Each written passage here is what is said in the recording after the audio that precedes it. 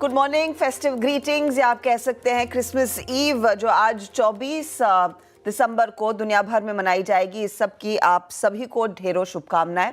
देखिए अब धीरे धीरे करके दिन भर वो क्रिसमस का ही मूड आपको दिखाई देगा और आप कह सकते हैं भारतीय बाजार में जो होगा वो होगा, लेकिन CNBC आवाज़ के स्टूडियो में हम क्रिसमस विंटरलैंड में आप कह सकते हैं पहुंच गए हैं।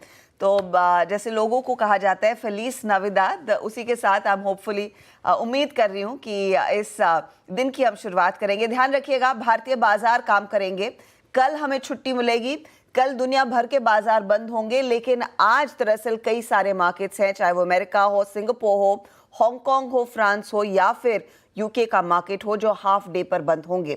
तो दोपहर में ज़्यादा कुछ क्यू हमें मिलने वाला नहीं है, तो हमें अपने ही क्यूज़ पर ज़्यादा निर्भर होना है। हालांकि हमारे लिए क्यूज़ क्या बन रहे हैं उस पर करेंगे फोकस। फटाफट से आपके लिए लेकर आते हैं तब और अब की तस्वीर, क्योंकि कल जब हम भारतीय बाजार को वाइंड डाउन करके जा रहे थे, जहां पर वैसे कल का सत्र पिछले हफ्ते की तुलना में ज़्यादा बेहतर था, ऐसा लगा था कि शायद भारतीय बाजारों में कुछ मुनाफा वसूली आएगी, लेकिन हम अपने आप को संभालते हुए दिखाई दे जरूर रहे थे। पिछले कई ट्रेडिंग सेशंस की बिकवाली से मार्केट कुछ उभर कर बंद जरूर हुआ था, लेकिन तब और अब का डेटा आपके सामने है।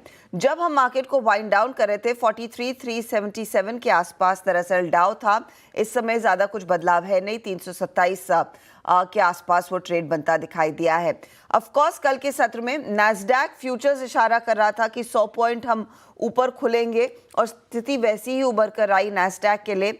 21,734 तक के लेवल्स, S&P में भी हमने देखा है हल्की सी बढ़त देखने को मिली है। लेकिन इस समय क्या सिचुएशन है, और यूएस के फ्यूचर्स आज ज़्यादा कुछ आपको संकेत देने वाले नहीं है, क्योंकि वहाँ पर दरअसल छुट्टी का मूड माहौल है। याद रखिएगा आज हाफ डे, कल छुट्टी और कब परसों यानी कि 26 दिसंबर को कई सारे मार्केट्स बॉक्सिंग डे के चलते बंद होने वाले हैं। तो वैसे ग्लोबल क्यूज हमारे लिए कुछ ज़्यादा नहीं देखने को मिलेंगे। तो ये फिलहाल आपके लिए इम्पोर्टेंट ट्रिगर पॉइंट है। गिफ्ट निफ्टी पर हमारी नजरें बनी रहेंगी, जहां पर गिफ्ट निफ्टी इशारा कर रहा है कि आज थोड़ी सी नरम शुरुआत होती हुई दिखाई दे सकती है। लेकिन ओवरनाइट हुआ क्या है और खास तौर से एशिया बाजार क्या आपको दिखा रहे हैं, वो भी एक बार आपकी स्क्रीन पर लेकर आते हैं। एशिया में आप गौर करिएगा, निक्के का मार्केट थोड़ा सा फ्लैट टू नेगेटिव ट्रेड करता हुआ दिखाई दे रहा है। दूसरे बाजारों में चाहे वो कॉस्पी हो, शंघाई के मार्केट्स हो, एकदम सपाट है। इनफैक्ट निक्के में करीब 100 पॉइंट की गिरावट देखने को इस समय मिल रही है। हांगकांग में थोड़ी सी चुस्ती ज़रूर नज़र आ रही है। तो इस ग्लोबल सेटअप को कैसे पढ़ा जाए, किस तरह के ट्रेड्स पर फोकस हो और भारतीय ट्रेड के लिए कौन से लेवल्स ये ज़्यादा ठंड होगी ना, स्नोफॉल के चलते मुझे भी छींकें आ रही है। क्या स्थिति बन रही है उस पर हमारे साथ हॉर्मस हैं, दिल्ली से वीरू जुड़ रहे हैं और कुछ ही देर में कंचन को जोड़ेंगे स्टॉक्स इन न्यूज़ को लेकर। तो गुड मॉर्निंग हॉर्मस, बताइए। मेरी क्रिसमस इन एडवांस। कल तो हमारी मुलाकात होगी नहीं, बताइए क्या स्थिति और कैसे पढ़ा जाए इस ग्लोबल क्यू को। क्रिसमस की शुभकामनाएं आपको भी हर्षदा। और ग्लोबल क्यूज़ को छुट्टी के मूड माहौल से ही पढ़ा जाए तो ठीक रहेगा, क्योंकि कल भी यूएस के बाज़ारों में कोई ज़्यादा बड़ा एक्शन पैक्ड दिन था नहीं। हाँ, नैस्डैक 1% के उछाल के साथ बंद हुआ, S&P 500 में भी तेज़ी देखने मिली, डाउ जोन्स ने अंडर परफॉर्म करा और मान लीजिए कि पूरे दिसंबर के महीने में डाउ जोन्स ने अंडर परफॉर्म ही करा है, तो क्योंकि कल के सेशन में भी बिग टेक के जो शेयर्स थे उनमें काफ़ी खरीदारी देखने मिली। मेटा, एनवीडिया, टेस्ला, अल्फ़ाबेट, उन सारे शेयरों में खरीदारी देखने मिली। ब्रॉडकॉम के जो शेयर है जो हाल फिलहाल में ही सुर्खियों में आए हैं, 1 ट्रिलियन की जो मार्केट कैप बनाई थी उसमें तेज़ी जारी है। 5% के उछाल के साथ कल ब्रॉडकॉम के शेयर बंद हुए, तो अब एक महीने में ब्रॉडकॉम का शेयर 40% चल चुका है। वो एक आउट परफॉर्मर रहा है और पूरे सेशन में जितना भी उछाल देखने मिला नैस्डैक में या S&P 500 में, वो बहुत ज़्यादा कम वॉल्यूम्स के साथ हमें देखने मिला। तो वॉल्यूम्स काफ़ी थिन थे, तो प्राइस एक्शन को है वो थोड़ा सा आप कॉशियसली ही रीड करें तो बेहतर होगा। स्टॉक स्पेसिफिक एक्शन काफ़ी था, क्योंकि होंडा के जो शेयर है, जो अमेरिका में लिस्टेड शेयर्स है, उनमें कल 12% का उछाल देखने मिला, क्योंकि अब जो है उन्होंने ये जो आधिकारिक अनाउंसमेंट की है कि वो निसान के साथ जो मर्जर करने जा रहे हैं उस पर उन्होंने उन्होंने टॉक्स जो है वो शुरू कर दिए और आज अभी जैसे हम देख रहे हैं होंडा के शेयर जो जापान में लिस्टेड है वो 15 या 16% के उछाल के साथ इस वक्त कामकाज करते हुए नजर आ रहे हैं। तो बहुत ही ज़बरदस्त उछाल हमें होंडा के शेयरों में देखने मिल रहा है। और जेरोक्स के शेयर ने कल अच्छा किया क्योंकि उन्होंने एक अधिग्रहण की घोषणा की है। प्रिंटर बनाने वाली एक कंपनी है लेक्समार्क, उनका जो $1.5 बिलियन में वो अधिग्रहण करेंगे, तो जेरोक्स के शेयरों में 12% का उछाल हमें देखने मिला। मगर एक सावधानी की बात हमें देखने वाली ये है कि जो ट्रेजरी यील्ड्स है वो उनमें उछाल जारी है। अब 4.6 के करीब अब आ चुकी है ट्रेजरी, जो 10 ईयर की जो यील्ड है यूएस में। और डॉलर जो है वो अभी भी मजबूत बना हुआ है 108 के आसपास। तो वहाँ पर इन दो चीज़ों पर थोड़ी सी सावधानी रखने की ज़रूरत है। अब थोड़ा सा एक्शन इस वक्त तो हमें दिखेगा नहीं, मगर इन दो चीज़ों पर। और तीसरी एक चीज़ जो कल निकल कर आई वो कंज्यूमर कॉन्फिडेंस का डेटा था। वो कंज्यूमर कॉन्फिडेंस का डेटा बहुत ज़्यादा घट कर आया है। 104.7 का जो आंकड़ा था दिसंबर के महीने में, और अनुमान जो थे वो 113 के थे। तो काफ़ी अनुमान से कम ये कंज्यूमर कॉन्फिडेंस का डेटा है। इस वजह से आप जो इंट्राडे चार्ट्स भी देखेंगे यूएस के मार्केट्स के, तो वो डेटा आने के बाद थोड़ी सी गिरावट आई और उसके बाद फिर रिकवरी भी हुई निचले स्तरों से। और ये सितंबर के बाद की सबसे कम रीडिंग है। और ड्यूरेबल गुड्स के जो ऑर्डर्स है उनमें भी जून के बाद की महीने दर महीने अगर आप देखेंगे तो वो सबसे बड़ी गिरावट थी ड्यूरेबल गुड्स के भी ऑर्डर्स में। तो जो सर्वे कॉन्फ्रेंस बोर्ड ने किया है उसमें जो है, अब जितने लोग हैं जो बाजार को 2025 में ऊपर जाता हुआ देखते हैं उनकी संख्या 58% से घटकर 53% हो गई है। और जो लोग मार्केट्स में करेक्शन एंटिसिपेट कर रहे हैं उनकी संख्या जो है वो 22% से बढ़कर 25% हो गई है। तो अब आगे क्या? 2025 में अब BTIG नाम की एक ब्रोकरेज है, उनका कहना है कि करेक्शन आएगा, शायद एक डीपर करेक्शन आ सकता है यूएस के बाजारों में, मगर वो तब आएगा जब बाजार नए ऑल टाइम हाइज लगाएंगे, उसके बाद वो करेक्शन आएगा, ये BTIG का कहना है। और CFRA का मानना ये है कि अगर S&P 500 जनवरी के महीने में बढ़त के साथ बंद होता है तो औसतन पूरे साल में वो 18 से 20% के रिटर्न्स आपको देता ही देता है। ये CFRA का कहना है, ये उनका एनालिसिस है। तो आज जैसे कि हर्षिता कह रही थी, ज़्यादा के ज़्यादा बाज़ारों में एक्शन देखने नहीं मिलेगा। यूएस के बाज़ार आज जल्दी बंद होंगे, कल छुट्टी का दिन है, और ग्लोबल मार्केट्स भी ज़्यादातर बंद होंगे बॉक्सिंग डे के लिए भी। तो फिलहाल के लिए जो है हैंडओवर स्क्रीन पे अच्छा है, मगर डॉलर मजबूत है और ट्रेजरी यील्ड्स में उछाल देखने मिल रहा है, तो उस पर थोड़ा सा कॉशन रखना ज़रूरी है। ओके, तो ये फिलहाल आपके लिए क्यूज। लेकिन मुझे तो सबसे बड़ा इंटरेस्टिंग वो निसान होंडा का मर्जर लग रहा है, क्योंकि इनको अब ज़रूरत है साथ में मिलकर टोयोटा जैसे प्लेयर्स, वोक्सवैगन जैसे प्लेयर्स को टक्कर देने की। और इसके क्या इम्प्लिकेशंस बाकी दुनिया भर में होंगे वो देखना ज़रूरी होगा। हम वैसे भी जानते हैं कि निसान की वो रेनॉ के साथ जो पहले बातचीत हुई थी और उसके बाद वहाँ पर किस तरह का ड्रामा हुआ, लेकिन ये काफ़ी इंटरेस्टिंग होगा क्योंकि दोनों जापानीज़ कंपनियां साथ में आती हुई दिखाई दे रही हैं और ये एक इंटरेस्टिंग डेवलपमेंट रहेगी ग्लोबल ऑटो पर्सपेक्टिव से। चलिए, इस बीच ये इनफैक्ट ग्लोबल सेटअप हुआ, लेकिन भारतीय सेटअप आपकी स्क्रीन पर अब लेकर आएंगे। कल का सत्र पहले तो स्क्रीन पर रखिएगा, जहां पर भारतीय बाजारों में लगातार एक हफ्ते पिटने के बाद थोड़ी सी रिलीफ जरूर देखने को मिली। कल निफ्टी जो है करीब करीब 23,753 पर जाकर टिका। निफ्टी बैंक में भी हमने देखा कुछ रिलीफ रैली थी। बीच में ऐसे लगा था कि शायद आज की रैली फिसड्डी हो जाएगी, लेकिन वैसा नहीं था। हमने फाइनली 1% 1.5% के क्लोज दिखाने में कामयाब रहे। तो कल के एक्शन को आगे हम कितना बढ़ा पाएंगे, जहां पर क्लियरली अब से वॉल्यूम्स जो हैं और कम होने के आसार है, और ज़्यादा ग्लोबल क्यूज तो पर हमारा तो पर वैसे उससे कोई सरोकार है नहीं, ज़्यादा कुछ इम्पैक्ट देखने को नहीं मिल रहा था। वीरू, कल का सेशन बेहद इंटरेस्टिंग था क्योंकि हम 23,869 तक गए और वहाँ से थोड़े से घूमे, लेकिन आइदर वेज 23,753 पर क्लोज आया। तो एक वेलकम चेंज था, स्पेशली जहाँ पर पिछले हफ्ते 5% का नॉक निफ्टी और निफ्टी बैंक दोनों ने लिया। आज के लिए समीकरण कैसे बैठ रहे हैं, हम वो हेडलाइन में भी मेंशन कर रहे थे। नेट शॉर्ट FIIs के अभी भी बड़े हुए हैं। कल एक ऑफ कोर्स थोड़ा सा ब्रीदर मिला है, बिकवाली का आंकड़ा कुछ कम हुआ, बट आई एम अज्यूमिंग वो प्राइमरीली उनके मार्केट से नदारद होने की चलते हैं। देखिए हर्षिता, गुड मॉर्निंग, पहले मेरी क्रिसमस, और सभी दर्शकों को भी। आपको देख के ना ऐसा लग रहा है कि आप गुलमर्ग से शूट कर रही हैं, ये प्रोग्राम का प्रसारण जो हो रहा है। वाकई ठंडा लग रहा है आपको देख के। लेकिन अब बातें हैं स्टैट्स पे। देखिए, कल की कैंडल को रीड करते हैं। कल इसी समय जब हम बात कर रहे थे आपसे, तो लगभग 160 अंकों पर गिफ्ट निफ्टी ऊपर था। हमें एक गैप अप मिला, मेरा पॉइंट बिल्कुल क्लियर था कल के लिए कि गैप अप सेल ऑफ में कन्वर्ट हो सकता है, बट वो सेल ऑफ कन्वर्ट होने का एक कारण है और एक जोन है, दैट्स ऑलमोस्ट 810 एंड 863। ये क्लस्टर नहीं टिकेगा और एक कोलैप्स आएगा। मेरा इंटरेस्ट था उस शॉर्ट ट्रेड में जो हमको मिला 863 से। हम गए, हमने क्या टेस्ट किया, लो क्या था? हमारा लो कल का था exactly 200 day exponential moving average. अब जरा इस चार्ट को प्लीज कैंडलस्टिक में कन्वर्ट कर दीजिए डेली चार्ट में। यानी कल की एक ग्रीन कैंडल क्रिएट हुई at 200 day exponential moving average. इसमें लोड, इसमें भार, इसमें सेलिंग वनस्पत शुक्रवार के कम थी। जब आप इस चार्ट को रीड करेंगे ना, टेक्निकल चार्ट को, तो आपको लगेगा एक कंफर्ट था बाजार के पास। लेकिन बाजार क्या नहीं कर पाया? बाजार होल्ड कर पाया 200 डेमा, लेकिन नहीं कर पाया पार थ्रेशोल्ड पॉइंट। शुक्रवार की कैंडल के से पहले यानी गुरुवार की कैंडल का लो। आज की कैंडल को रीड करते हैं। देखिए एफआईएस के शॉर्ट्स अभी भी कायम है, बट उनकी कैश की सेलिंग कल थिन थी, नो डाउट अबाउट दैट। पहले इंस्टीट्यूशनल स्टैट्स को देखते हैं। कल हम क्लोजिंग में बात कर ही रहे थे कि हम कोई ट्रेड कैरी नहीं करेंगे, कोई फायदा नहीं है, हमें इंट्राडे ट्रेड में मिल जाएगा। एफआईएस की कैश में कल सेलिंग बहुत थिन थी और आपकी स्क्रीन पे अगर आप देखें 170 करोड़ रुपए की आंकड़ा, और बाकी डीआईएस का करीब 2228 करोड़ रुपए का, यानी वो जो गैप अप मिला वो सस्टेन कर पाया। इंडेक्स एफआईएस ने कल भी बेचा 644 करोड़ रुपए का, 7934 कॉन्ट्रैक्ट शॉर्ट, 675 कॉन्ट्रैक्ट लॉन्ग काट लिए। हालांकि स्टॉक फ्यूचर्स में करीब 6546 करोड़ रुपए की बाइंग और लॉन्ग कॉन्ट्रैक्ट थे यहाँ पे 98,000। अब जरा आप देखिए डायग्राम को हर्षता। इस डायग्राम की जो वैल्यू होती है ना, कि इंपॉर्टेंस जो होती है वो क्लोजर टू एक्सपायरी बहुत ज़्यादा होती है। गुरुवार को एक्सपायरी है, एक दिन की छुट्टी है बीच में।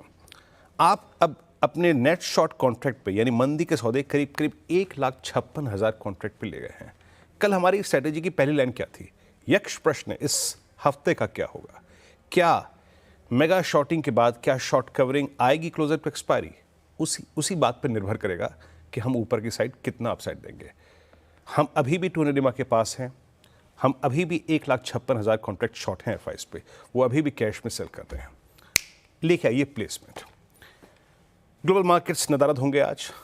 आप एकला चलो वाले अगर आप देखें माहौल में हैं आज। 3 कॉल राइटर्स आपके सामने बैठे हैं, ये 23,800, 23,900 और 24,000। अभी पिरामिड्स आपकी स्क्रीन पे आएंगे, क्लियरली आपको मिल जाएगा। 800 पे 62, 900 पे करीब करीब 52 लाख और 24,000 पे 1.25 करोड़। 23,500 पे करीब 1 करोड़ पुट खड़ी हैं, और अगर आप कंसोलिडेटेड बेसिस पे चले तो 23,500 और 600 पे करीब 1.5 करोड़ पुट है हर्षता। यानी आपका बिल्कुल क्लियर मैंडेट है, ऑप्शन राइटर्स ने दिया है। 23,500 600 एक क्रिटिकल सपोर्ट, वहीं पे 200 डिमा है, और first line of resistance persist करती है 23,800 से 900 के बीच में, और उसके बाद आपके पास 24,000 खुला हुआ है। मेरी अप्रोच क्या रहेगी? लेके आइए लेवल्स। आरएस की प्लेट लिख आइएगा पहले। देखिए रेजिस्टेंस 1 वही रहेगा, क्लियरली डिफाइंड है। इसको मैंने ऑब्टेन किया है, इसको निकाला है 60 मिनट चार्ज के आधार पे। 810 और करीब 821 और 867, अगर ये ट्रैजेक्टरी आप स्पॉट में पार करते हैं तो एक शॉर्ट कवरिंग स्विंग आपको 944, 985, इवन 24,067 जो कि हमारा एक दिन पहले का हाई था वो दे सकता है। बट एंटायरली डिपेंड करेगा 867 क्रॉस होता है या नहीं। और अगर ये क्रॉस ना हो तो अगेन एक जोन काम करेगा जिसमें आप इस जोन पे सेल लेंगे, बट आप उस शॉर्ट को कवर करेंगे कहाँ पे? दैट्स एग्जैक्टली एट बेस 1, कल का लो और 200 day exponential average. Please base screen पर रखिएगा। वो आता है करीब करीब 23,678 और 621 के जोन में। माइट भी अगर स्ट्रेच हुआ तो जा सकता है करीब करीब 563 तक। स्ट्रेंथ तभी आएगी जब आप 867, और जो बात मैं कह रहा हूं ना 1,56,000 कॉन्ट्रैक्ट शॉर्ट कवर तभी होंगे जब आप उस थ्रेशोल्ड पॉइंट को पार कर जाएंगे। निफ्टी बैंक लेके आइए। आप कैंडल्स को देखिए। निफ्टी ने कल अपने 200 डिमा को छुआ, लेकिन निफ्टी बैंक अपने 200 डिमा से कहीं ऊपर घूम गया, बट ये प्राइस भी नहीं क्रॉस कर पाया एक point that was 100 day exponential moving average. अब जरा पिरामिड्स को देखिए हर्षदा। पिरामिड्स में 51,500 से लेकर 52,000, इस पूरे जोन को 500 पॉइंट के कॉल राइटर्स ने बहुत जोर से ग्रिप कर रखा है। लुक एट 51,500, उसके बाद 600, 700, 800 और मेगा कॉल राइटिंग एट 52,000, और नीचे 51,000 पे पुट राइटिंग भी है। सो एक ऐसे माहौल में जब शायद इंस्टीट्यूशनल मनी बहुत अप्रोच ना कर रही हो इंडस्ट्रीज को या फिर मार्केट्स को, हमें क्या करना चाहिए? देखिए, RS1 लेके आइए। अगर शुरू में शॉर्टिंग का थॉट मत रखिएगा। अगर निफ्टी बैंक चले और RS1 को अटेम्प्ट करता करता फेल हो जाए, जो कि कॉल राइटर्स का जोन है 51, 456, 633, देन टेक ए शॉर्ट। और उस शॉर्ट को फिर कह रहा हूं, ज़्यादा दूर नहीं, बेस 1 के आसपास कवर कर लीजिएगा। क्या देखा हमने? वहां पे पुट राइटर्स बैठे हैं 51,000 के आसपास। बट अगर निफ्टी बैंक स्पॉट 633 की ट्रेजेक्ट्री, फिर RS की प्लेट पे आइएगा, अगर 633 की ट्रेजेक्ट्री निकाल गया तो निफ्टी बैंक अटेम्प्ट करेगा इन कॉल राइटर्स के गिरते हुए कन्विक्शन के बीच में 52,018, जहां पे आपका 10 डेमा प्लेस्ड है। हश्ता ओके, तो ये फिलहाल आपके लिए निफ्टी बैंक की तस्वीर। अब देखते हैं यहाँ पर गिफ्ट निफ्टी को हम इग्नोर करके अपनी चाल को थोड़ा और बेहतर करते हैं या फिर एक शांत ट्रेडिंग सेशन रहता है, जैसे ग्लोबल मार्केट से इशारा भी है। लेकिन किन स्टॉक्स पर फोकस किया जाए? अब हमारे साथ हमारी छोटी सी एल्फ स्टूडियो में आ गई है वीरू कंचन, उन्हीं से समझ लेते हैं। बताइए कंचन। Good morning ma'am. तो सबसे पहले हमें टेलीकॉम सेक्टर में नज़र रखनी है, क्योंकि जो 2G कस्टमर्स हैं उनके लिए एक बड़ी राहत आती हुई दिखाई दी है। बेसिकली जो ट्राई है उन्होंने नई गाइडलाइंस जारी की है 2G कस्टमर्स के लिए, जहां पे उन्होंने कहा है कि टेलीकॉम कंपनीज को केवल वॉइस पैक देना होगा, जहां पे पहले ये बंडल डेटा पैक प्रोवाइड करते थे। अगर इस टाइम पे डेटा देखा जाए नंबर्स का, तो इंडिया के अंदर 2G कस्टमर है approximately 30 crore. At the same time आपको नजरों में रखना होगा मुथूट कैपिटल, बिकॉज यहाँ पे 2 बड़े इस्तीफे आते हुए दिखाई दिए हैं। थॉमस जॉर्ज, जिन्होंने एज अ मैनेजिंग डायरेक्टर के तौर पे इस्तीफा दिया है, और थॉमस जॉन ने इस्तीफा दिया है नॉन एग्जीक्यूटिव चेयरमैन के तौर पे। वोलपुर को रखना होगा आपको अपने रडार पे, बिकॉज यहाँ पे इन्होंने PG इलेक्ट्रोप्लास्ट के साथ एक अग्रीमेंट साइन किया है वोलपुल ब्रांड की सेमी ऑटोमेटिक वॉशिंग मशीन की मैन्युफैक्चरिंग करने के लिए। बेसिकली ये कदम मेक इन इंडिया को और भी ज्यादा इनिशिएटिव देने का है, ताकि इस सेगमेंट में हमें एक अफोर्डेबल और साथ ही साथ हाई क्वालिटी प्रोडक्ट्स देखने को मिले। भारत फॉर्ज, बिकॉज इसकी जो सब्सिडरी है भारत फॉर्ज अमेरिका में, इन्होंने 549 करोड़ का इन्वेस्टमेंट किया है। TVS मोटर्स को रखना होगा आपको अपनी रडार पे, बिकॉज इन्होंने ड्राइवेक्स मोबिलिटी में रेस्ट 39.11% का जो हिस्सा है उसे खरीद लिया है, और अब जो टोटल हिस्सेदारी इनकी हो गई है वो बढ़ के हो गई है 87.38% की। इस डील की अगर वैल्यू देखें तो वो है 98 CR की। डॉक्टर रेड्डीज को भी साथ ही साथ रखिए रडार पे, बिकॉज इन्होंने फिनलैंड में अपनी एक नई सब्सिडरी बनाई है। और नॉट टू फॉरगेट कि आज क्रिसमस है, तो होटल सेक्टर में आप ध्यान रख सकते हैं। साथ ही साथ जोमैटो, स्विगी जैसे काउंटर्स पे भी आपका फोकस होना चाहिए, क्योंकि कंचन का प्लान है आज बाहर से कुछ अच्छा ऑर्डर करने का मेरे ख्याल में। लेकिन हाँ, ये सारे स्टॉक्स नॉर्मली हरकत में रहते हैं त्योहारों वाले दिन भी। चलिए एक काम करेंगे, ब्रेक की तरफ बढ़ेंगे, लेकिन ब्रेक में जाते जाते कुछ चीज़ें जिस पर हमारी आज नजरें रहेंगी। पहले तो देखिए 1 फरवरी को बजट होने वाला है, इसकी घोषणा पहले ही हो चुकी थी। मार्केट भी इस दिन खुला रहेगा 9 से 3:30 बजे तक, और ऐसे में बजट की तैयारी में प्रधानमंत्री नरेंद्र मोदी की बैठकों का सिलसिला दरअसल शुरू होता हुआ दिखाई देगा। तो बजट से पहले PM मोदी इकोनॉमिस्ट और सेक्टर एक्सपर्ट्स के साथ बैठक करने वाले हैं। आज ही दरअसल ये बैठक होने वाली है, तो इस पर नजरें रहेंगी, और वहां से जो भी अपडेट्स आएंगे लक्ष्मण रॉय और उनकी पूरी टीम उनसे एक चेक लेंगे भी दिन के दौरान कि क्या क्या सुझाव दिए जा रहे हैं इस बजट के लिए प्रधानमंत्री नरेंद्र मोदी को। इसके अलावा आप गौर करिएगा, वेदांता वाले शेयर पर नजरें रहेंगी। ध्यान रखिएगा, एक्स डिविडेंड आज इस स्टॉक होगा 8 रुपये 50 पैसे का अंतरिम डिविडेंड इन्होंने जो हाल ही में घोषित किया था उसकी रिकॉर्ड डेट है, तो वो स्टॉक आपने दरअसल जहन में रखना है। यही नहीं, अमेरिका में US बिल्डिंग परमिट्स नवंबर वाले, ड्यूरेबल गुड्स का डेटा, न्यू होम सेल्स का डेटा, ऑफ कोर्स ये सारा उभर कर आएगा। और रिचमंड का जो फेड सर्वे है, रिचमंड फेड सर्वे, उस पर भी नजरें रहेंगी। ये सारे डेटा पॉइंट्स दिन के दौरान अमेरिका दिन के दौरान आते हुए दिखाई देंगे। लेकिन ध्यान रखिएगा, अमेरिकी बाजार आज सिर्फ हाफ डे के लिए ही काम करने वाले हैं। चलिए इस मोड पर हम लेंगे एक छोटा सा ब्रेक के बाद लौटते हैं। फोकस में रखेंगे कमोडिटी करेंसी मार्केट से क्या आपको क्यूज मिलते दिखाई दे रहे हैं। गिफ्ट निफ्टी बहरहाल जो 7 पॉइंट नीचे था, फिर फिलहाल सिर्फ 4 पॉइंट नीचे है, तो निचले स्तरों से देखते हैं रिवर्सल आता है या नहीं। आप बने रहिए CNBC आवाज के साथ।